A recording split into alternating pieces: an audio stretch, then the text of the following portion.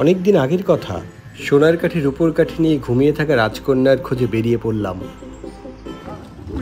পার হলাম ভয়ঙ্কর কঠিন পথ, ভাসিয়ে দিলাম ময়ূরপঙ্খী নৌকা। পার হতে হবে 7 সমুদ্র 13 নদী। দেখা মিলল পাহাড়ের বুকে শুয়ে থাকা গর্ভবতী নারী।